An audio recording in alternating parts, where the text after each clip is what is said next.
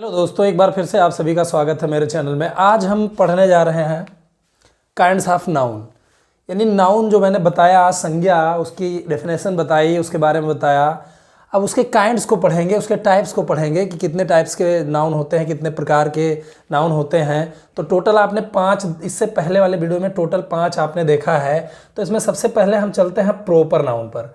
Proper noun का मतलब होता है व्यक्तिवाचक संज्ञा, ठीक है। अब इसका डिफिनेशन इंग्लिश में यहाँ पे आप देख सकते हैं, a noun which belongs to a particular or individual name of person, place or thing is called a proper noun. यानी किसी वह संज्ञा जो किसी विशेष व्यक्ति, वस्तु, स्थान, यहाँ पे हिंदी में लिखा है, समझिए आप इसको,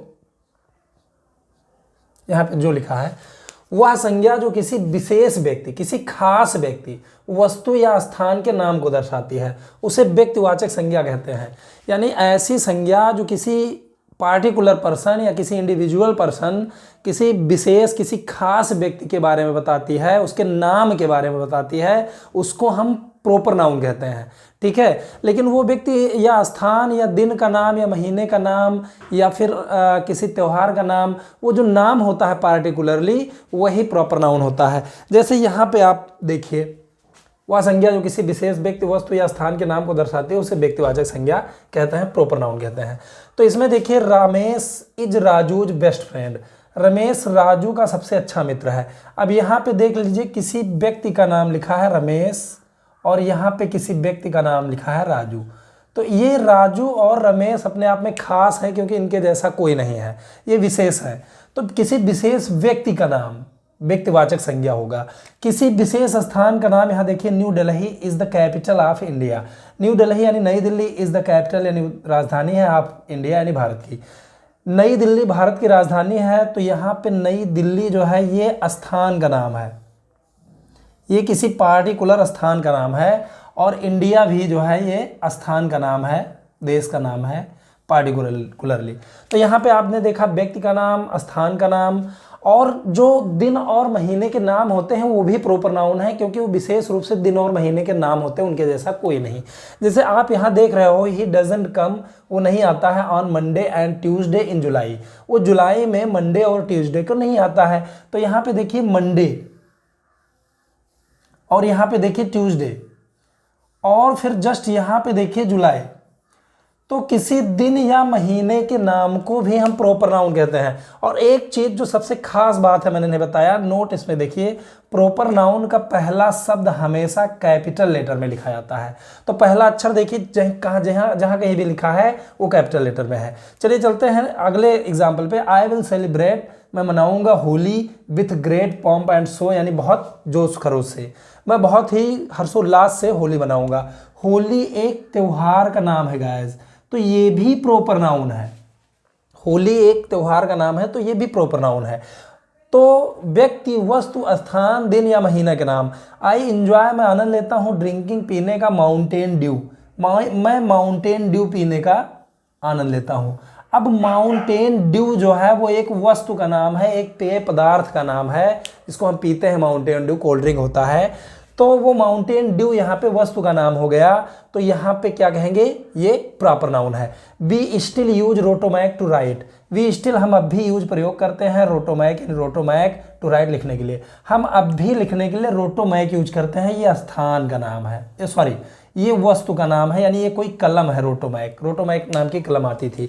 तो गाइस, प्रॉपर नाउन में उम्मीद करता हूं आपको समझ में आया होगा, किसी खास व्यक्ति, वस्तु या स्थान के नाम को, दिन या महीने या त्यौहार के नाम को हम प्रॉपर नाउन कहते हैं। तो ये आपने प्रॉपर नाउन पढ़ लिया और उम्मीद करता हूं इसको जान गए होंगे, proper noun.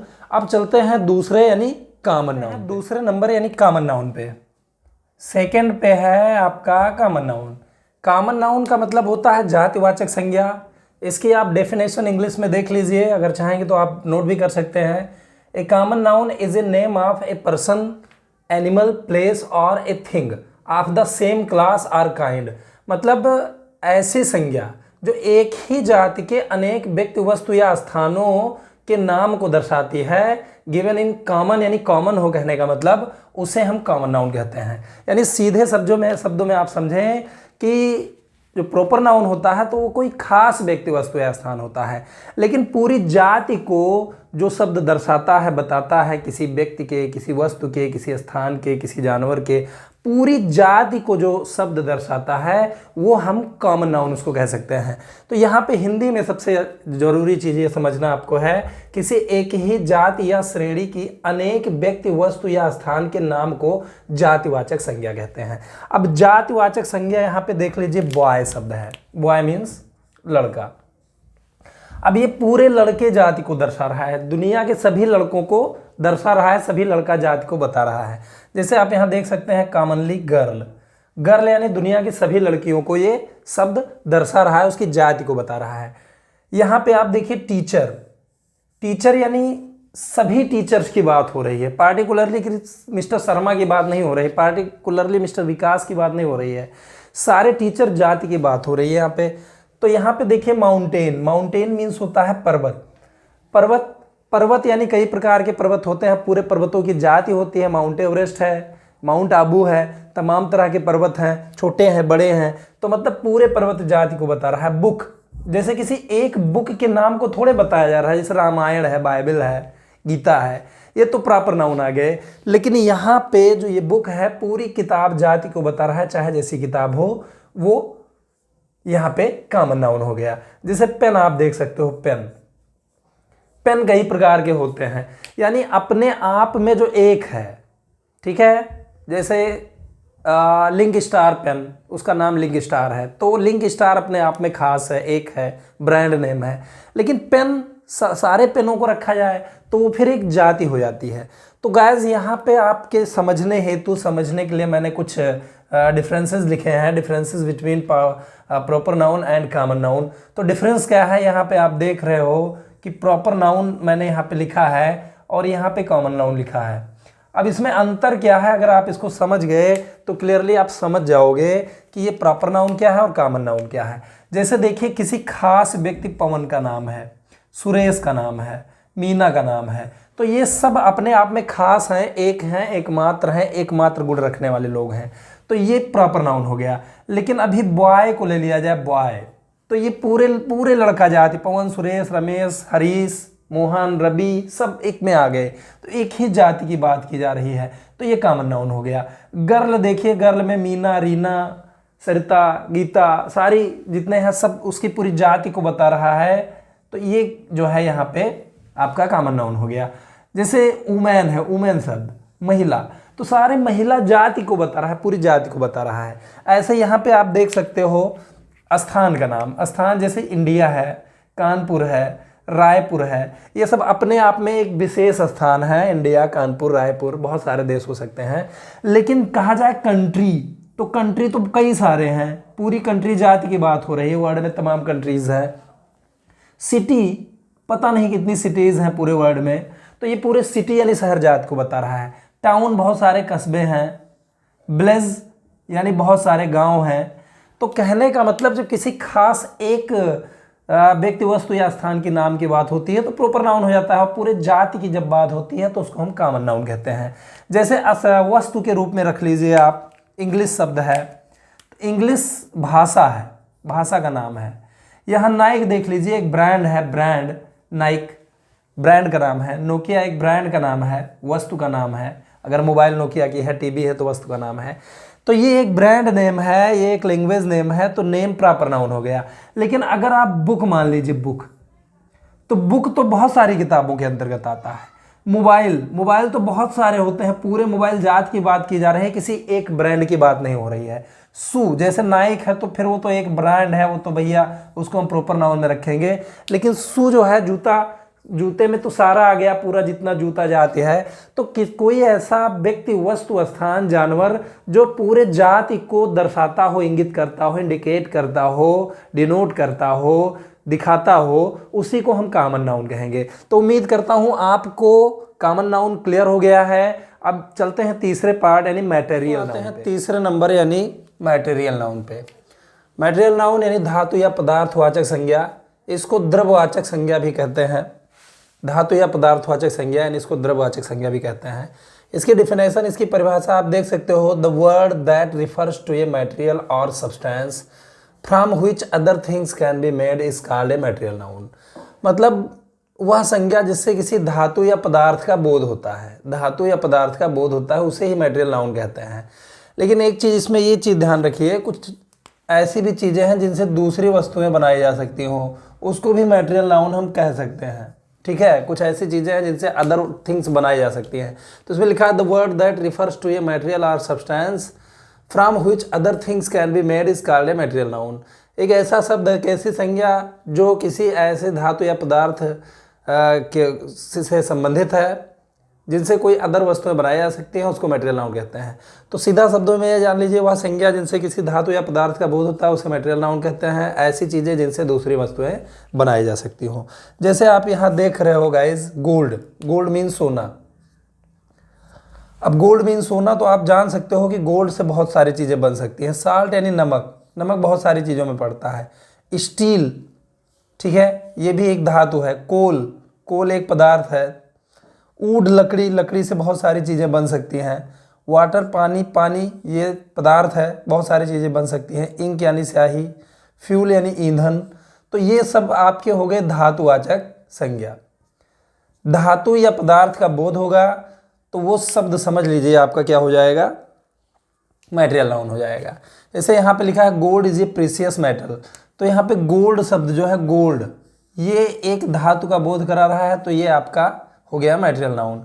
This chair is made of would, ये कुर्सी लकड़ी की बनी है।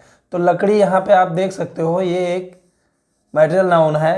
ये एक जो है सब्सटेंस है, एक ठोस पदार्थ है। यहाँ पर देख सकते हो पानी, पानी से बहुत सारी चीज़ें बन सकती हैं, ये द्रव है। कोयला, ये एक खनिज है, यानी ये एक मटेरियल नाउन है। Coal is an important mineral, यानी कोयला एक महत्वपूर्ण खनिज है। आई टुक ए प्लास्टिक बैग, मैंने एक प्लास्टिक बैग लिया, तो यहाँ पे प्लास्टिक धातुवाचक संज्ञा है।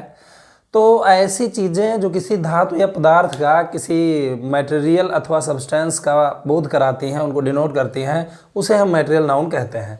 इसके बाद चलते हैं कलेक्टिव नाउन। 4 नंबर पे, चौथे नंबर पे जो है कलेक्टिव नाउन। कलेक्टिव नाउन यानी समूहवाचक संज्ञा। तो इसकी डिफिनेशन आप देख सकते हो, noun that refers to some sort of group or collective collection of people, animals, things etcetera is called a collective noun.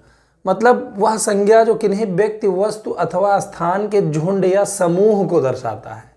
किसी व्यक्तियों, वस्तुओं या स्थानों या जानवरों के समूह को दर्शाने वाला शब्द ही कलेक्टिव नाउन कहलाता है। जैसे आप उदाहरण के तौर पर देख सकते हैं, क्लास। क्लास एक समूह होता है बच्चों बच्चियों का, लड़कों लड़कियों का। पीपल यानी लोग, इसमें बहुत सारे लोग आते हैं। लोग का मतलब हो गया ज़्यादा लोगों का समूह। कैटल यानी मवेशी, मवेशी यानी सारे मवेशियों का, जितने भी जानवर हैं उसमें कैटल में आ जाते हैं। आर्मी यानी सेना, सेना में बहुत सारे लोग आते हैं। तो ये जो शब्द हैं, ये ज़्यादा व्यक्तियों, वस्तुओं या स्थानों के जो है समूह का, उसके झुंड का बोध कराते हैं। जैसे बंच, चाबियों का गुच्छा ले लिया जाए तो बहुत सारी चाबियाँ होती है उसमें। ज्यूरी यानी जजों की टोली, ज्यूरी का मतलब होता है जजों की टोली। तो जजों की टोली, उसमें तमाम जज होते हैं। टीम, टीम यानी टीम में हमेशा ज़्यादा लोग होते हैं। जैसे क्रिकेट की टीम ले लिया जाए तो उसमें 11 प्लेयर होते हैं। कबड्डी की टीम ले लिया जाए तो 7 या 8 प्लेयर, 7 प्लेयर होते हैं शायद। फैमिली यानी परिवार, परिवार में 4-5 लोगों का समूह जरूर होता है। ऑडियंस, ऑडियंस का मतलब होता है श्रोता, श्रोता यानी देखने वाले बहुत सारे लोग होते हैं, उनका समूह होता है, झुंड होता है। जैसे ग्रुप कह दिया जाए, ग्रुप मतलब समूह होता है। या क्राउड मीन्स भीड़ होती है, क्राउड मतलब भीड़ होता है। तो भीड़ में बहुत सारे लोग होते हैं। मतलब ऐसा कोई शब्द जिससे लगे कि उसमें किसी व्यक्ति, वस्तु, स्थान या जानवर का झुंड है, समूह है, तो कलेक्टिव नाउन हो जाएगा। जैसे यहाँ पे आप देख सकते हो, a pack of dogs attacked him, a pack of dogs attacked him, यानी कुत्तों के एक समूह ने, झुंड ने उस पर आक्रमण कर दिया। तो यहाँ पे पैक यानी जो समूह है, झुंड है, ये आपका कलेक्टिव नाउन हो गया। Police arrested the whole band of robbers, police, यहाँ पुलिस भी जो है समूहवाचक संज्ञा है, क्योंकि पुलिस हमेशा जो है कलेक्टिव नाउन में होता है। पुलिस को बताता है। और यहाँ पर उसने गिरफ्तार किया रॉबर्स, यानी police arrested the whole band of robbers, police ने डाकुओं के पूरे बैंड को, पूरे समूह को जो है गिरफ्तार कर लिया। तो यहाँ पे बैंड जो है समूह, उनका डाकुओं का पूरा समूह था। तो ये जो है आपका कलेक्टिव नाउन हो गया। Cattle ate up his crop, यानी मवेशियों ने उसका फसल खा लिया। तो मवेशियों यानी मवेशी में सिर्फ एक जानवर की बात नहीं होती है, मवेशी में सारे जानवर आ जाते हैं, ठीक है। आई लव माई फैमिली, मैं अपने परिवार से प्रेम करता हूँ। तो परिवार यानी परिवार में ज़्यादा लोगों का बोध होता है, तो ज़्यादा लोगों का बोध होता है तो यही समूहवाचक संज्ञा है। There was a great crowd in the bus, bus में बहुत बड़ी भीड़ थी। तो भीड़ जो शब्द है उसमें ज़्यादा लोगों का बोध होता है, तो इसलिए ये कलेक्टिव नाउन है। तो यहाँ पर देखिए जानवर का झुंड, मनुष्यों का झुंड है ना, और बंच शब्द आ जाए तो वो वस्तुओं का झुंड। तो किसी व्यक्ति, वस्तु, स्थान या किसी व्यक्ति, वस्तु, जानवर आदि के झुंड या समूह को हम कलेक्टिव नाउन कहते हैं। उम्मीद है कि आपको कलेक्टिव नाउन समझ में आया होगा। इसके बाद लास्ट चलते हैं जो है जो सबसे लास्ट में पांचवा है, यहाँ पे आप देख सकते हो भाववाचक संज्ञा, यानी जिसकी इंग्लिश होती है ऑब्स्ट्रैक्ट नाउन। ऑब्स्ट्रैक्ट नाउन की डिफिनेशन आप देख लीजिए, the noun that refers to general ideas or qualities rather then specific people, objects or actions is called an abstract noun. यानी किसी विशिष्ट व्यक्ति, वस्तु या कार्य की अपेक्षा वह नाउन जो सामान्य विचारों और गुणों को दर्शाता है उसे हम एब्स्ट्रैक्ट नाउन कहते हैं। यानी सिंपल सा हिंदी में जान लीजिए, किसी गुण, कार्य, दशा या अवस्था के नाम को भाववाचक संज्ञा कहा जाता है। गुण, अवगुण, कार्य, दशा या अवस्था के नाम को हम भाववाचक संज्ञा कहते हैं। ऐसी संज्ञा को, भाववाचक संज्ञा को देखा या छुआ नहीं जा सकता है, इसे केवल महसूस कर सकते हैं। इसको हम केवल महसूस कर सकते हैं, देख या छू नहीं सकते हैं। जैसे एग्जाम्पल के तौर पर आप समझिए, गुण या अवगुण का नाम ऑनेस्टी यानी ईमानदारी, ईमानदारी को हम देख नहीं सकते हैं, केवल महसूस कर सकते हैं, छू नहीं सकते हैं। विजडम यानी बुद्धिमानी, वीकनेस यानी कमजोरी, कमजोरी को देखा थोड़े जा सकता है, छुआ थोड़े जा सकता है, उसको महसूस किया जा सकता है। लेजीनेस यानी आलस्य, तो ये ऑनेस्टी, ईमानदारी और बुद्धिमानी ये गुण का नाम है, और वीकनेस, लेजीनेस ये अवगुण है। फिर कार्य का नाम जैसे एक्शन, एक्शन मतलब कार्य, वर्क मतलब कार्य, मूवमेंट का मतलब गति, मूवमेंट।